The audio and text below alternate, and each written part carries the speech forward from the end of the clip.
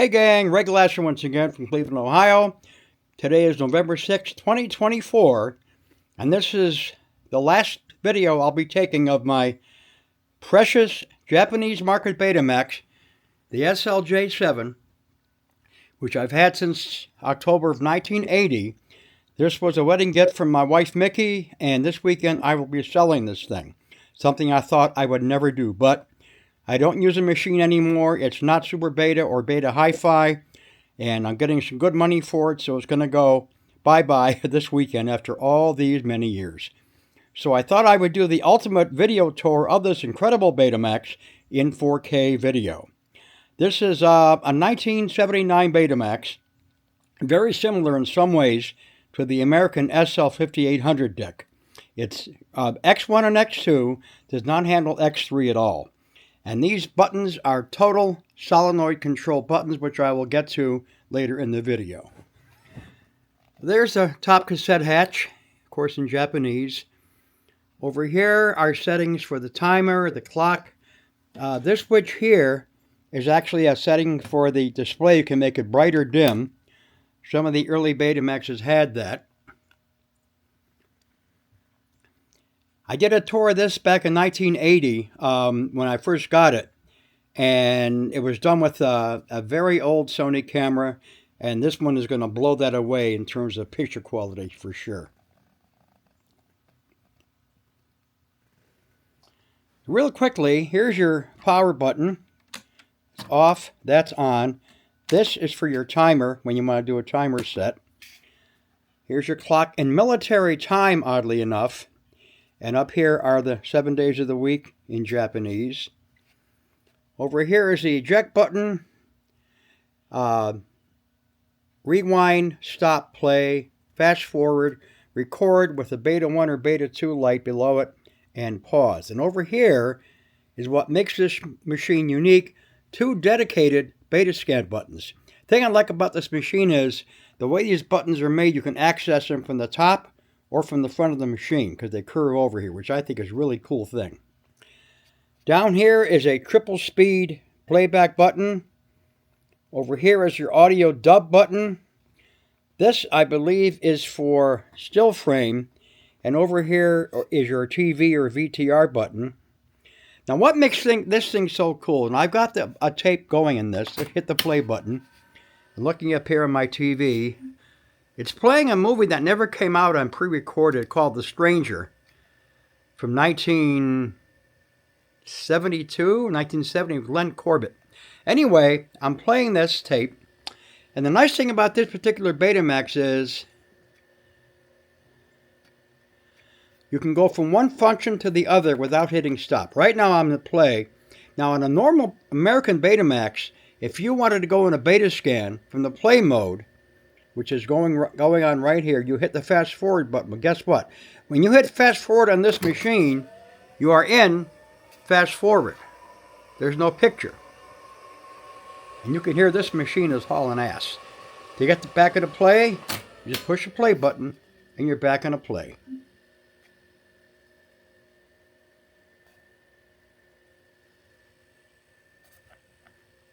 Right there.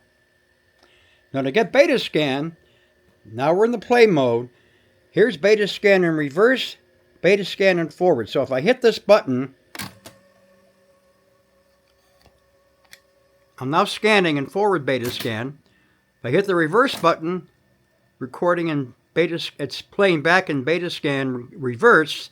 And this, by the way, is an X2 tape, not hi-fi. It's not super beta. It's a standard old-fashioned Betamax tape. I love these 2 dedicated beta scan buttons. Again, the American machines do not have this. All right, here's some more controls of buttons and all that on the front of the deck.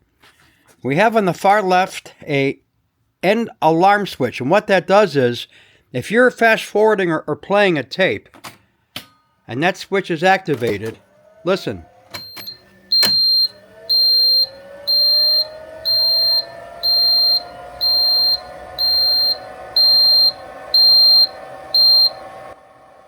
You get a bunch of beeps to let you know the tape is at its end, and in this case it's automatically rewinding. Alright, back to the switches. For the far left, you have an end alarm switch on or off. To the right of that is a program indexing switch on or off. In the center, we have a beta noise reduction switch, which is BNR on or off. Next to that is an audio monitor switch for channel 1, channel 2, or both. Next to that is a dual sound selector lamp.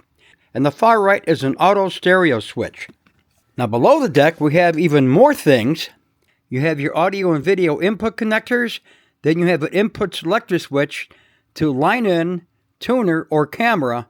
And then next to that is a camera connector, the standard cake connector for the Sony video cameras. And there are more controls here. Over here is your tracking thumb wheel, which has a really wide range of tracking.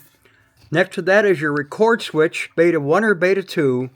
And over here might be 2 headphone jacks, I'm not sure.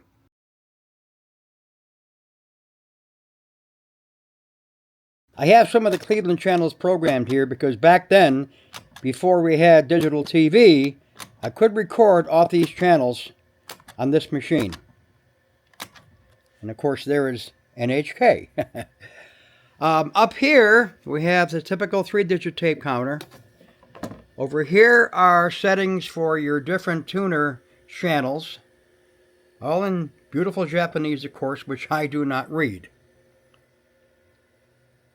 Here we have Beta 1, Beta 2, SL-J7. So there we have that. Here's a jack for the remote control, and this is the original factory remote control, which has a whole bunch of standard features. Here's beta scan, triple speed forward, rewind, and you can go right from rewind or fast forward in a rewind because it's total solenoid control. Back into play, and I can't tip this camera up, and now it's playing tape again. So there we have it. So that's the front of the machine. I still think this is a great looking Betamax. Here's the back of the machine. This is some kind of antenna instructions that are still pasted to it. There's your antenna inputs. Here you have the outputs, video out, left and right out. I'm not sure what this is for. I'm guessing maybe PCM with this plug that I've never removed. And over here is I think an unswitched outlet. And there's the infamous plate. And by the way, inside here on top of the machine, this right here is a switch for 50 or 60 cycles, since different parts of Japan are in 50 or 60 cycles. So that's it. The last look at my precious 1979 Japanese market SL-J7 Sony Betamax X1 and X2 machine will be out the door this weekend. I've enjoyed this machine. I've gone through at least 2 sets of video heads, and as you can see, there's some wear by the function buttons here because I've used it so much. This thing has seen a lot of use. The video head inside it right now is fairly new. I haven't used it that much since they invented Super Beta and Beta Hi-Fi, so I really have not given this thing much use in the last 20 years. But it's going to a good home this weekend. Hope you enjoyed this video. Yes, I will miss this machine, but again, it's not Beta Hi-Fi or Super Beta, so I just don't really need it. Let somebody else enjoy it.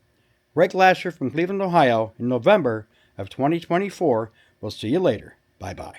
And here is the original owner's manual.